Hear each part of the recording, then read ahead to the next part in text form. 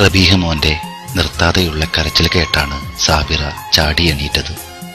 വിറയാർന്ന ശരീരവുമായി നിൽക്കുന്ന കൺമണിയുടെ ദേഹത്ത് കൈവച്ച് നോക്കിയപ്പോൾ ചുട്ടുപൊള്ളുന്ന പനി. മോനെയും കയ്യിലെടുത്ത് വീടിന് വെളിയിലിറങ്ങി. ഒരു ഓട്ടോറിക്ഷ പോലും ഇന്ന് ഈ വഴിയിൽ കാണുന്നില്ലല്ലോ റബ്ബേ. അല്ലെങ്കിൽ എത്ര എണ്ണ വെറുതെ അങ്ങോട്ടും ഇങ്ങോട്ടും പോകുന്നതാ.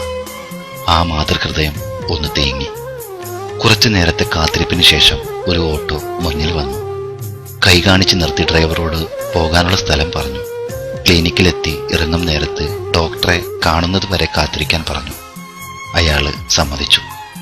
ക്ഷമയോടെ കാത്തിരുന്ന ഡ്രൈവർ റഷീദിന്റെ അരികിലേക്ക് ഡോക്ടർ നൽകിയ കുറിപ്പ് കാണിച്ചുകൊണ്ട് സാബിറ പറഞ്ഞു, ഞാന് ഈ മരുന്ന് വാങ്ങി പെട്ടെന്ന് വരാട്ടോ.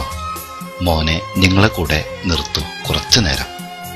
ആ സമയം അവളുടെ കയ്യിൽ നിന്നും ആ കുറിപ്പ് വാങ്ങി റഷീദ് പറഞ്ഞു, നിങ്ങള് ഇവിടെ ഇരിക്കൂ, ഞാൻ വാങ്ങിക്കൊണ്ടുവരാം. അയാളുടെ കയ്യിൽ ഏൽപ്പിച്ച മോനെ എടുത്ത് വണ്ടിയിലിരുന്ന് സാബിറ മോനെ നോക്കി പറഞ്ഞു. ഒരു നിമിഷം പോലും കാത്തിരിക്കാൻ മടി കാണിക്കുന്ന